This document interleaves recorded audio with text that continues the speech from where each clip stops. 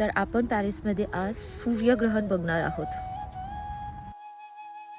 खूप छान आहे. तुम्ही बघता किती गर्दी आहे आणि मी आली एका पार्कमध्ये कारण की आज सोलार इक्लिप्स आहे आणि फ्रान्समध्ये सगळ्या लोकांना ते बघायचं आहे आणि ह्या लोकांमध्ये मी पण आहे. मी प्रीती आणि नॉर्मली अशा गोष्टी मी आधीपासून प्लॅन करते, पण इंडियामध्ये आपण ग्रहण बघत नाही, त्यामुळे पॅरिसमध्ये सूर्यग्रहणासाठी एवढी हाईप असेल याची मला कधीच कल्पना नव्हती. आणि सगळीकडे ह्या इक्लिप्सच्या चष्म्याचा स्टॉक संपला होता. लकीली एका पार्क मध्ये लिमिटेड स्टॉक मध्ये वाटले जात होते आणि मला मिळाले. पार्क मध्ये ऍटमॉस्फिअर एवढा मस्त होता. लोक फक्त सूर्यग्रहण बघण्यासाठी नाही, कार्ड्स खेळत होते, पिझ्झा घेऊन येत होते, सगळे पिकनिक करत होते. चिप्स आहे हा.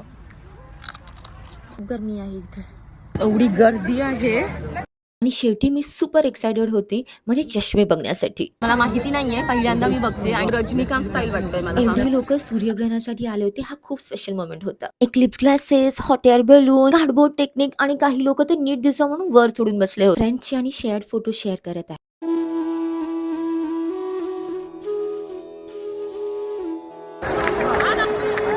पॅरिसमध्ये सूर्यग्रहण टोटल नाही ते पार्शियल होतं. 92% सूर्य झाकला गेला होता, पण हे अविश्वसनीय होतं.